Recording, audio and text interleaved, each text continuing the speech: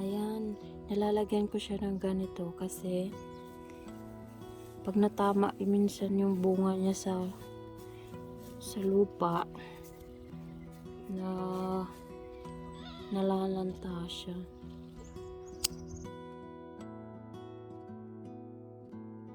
First harvest.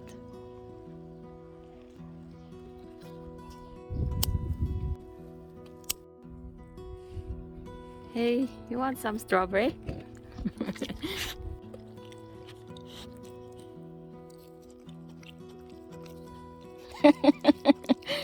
Bueno.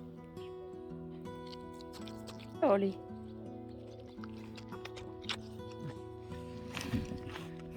Basta, that's enough. Good girl, Cooper.